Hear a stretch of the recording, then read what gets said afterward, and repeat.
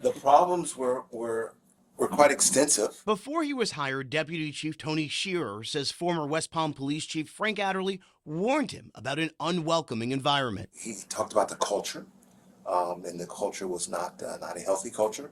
He even said that he felt like some of the command staffs and the captains that they were following him. After Adderley was fired last October, an investigative report says 5 captains and 2 other high-ranking officers were investigated for working overtime details during regular duty hours, also called double dipping.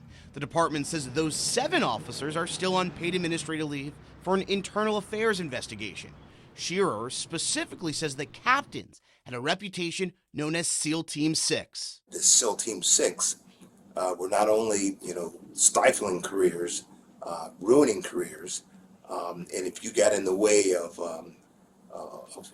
their efforts, openly complain about what they were doing, your career would be in danger. Shearer says captains had first access to premium details, opportunities for overtime, and the ability to shift their schedule to work more details. He says this led to complaints from the rank and file. Because of all the complaints coming from the officers, who could not do this shift change adjust, they were saying that, this is, hypocritical, it's wrong. Records show at least one officer brought up the issue in the agency's suggestion box.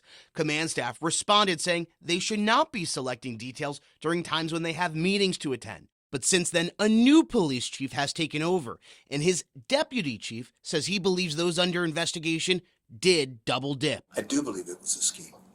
I don't necessarily believe it was a scheme of them working together. Okay. I think that they worked together to ensure that their efforts weren't revealed. We reached out to a lawyer representing those accused of double dipping. He sent us a statement saying the captains are aware of Deputy Shearer's statements and filed a complaint against him March 12th for making false allegations. But Shearer says other officers would agree with him. I don't think persons really realized how far off base things had gotten.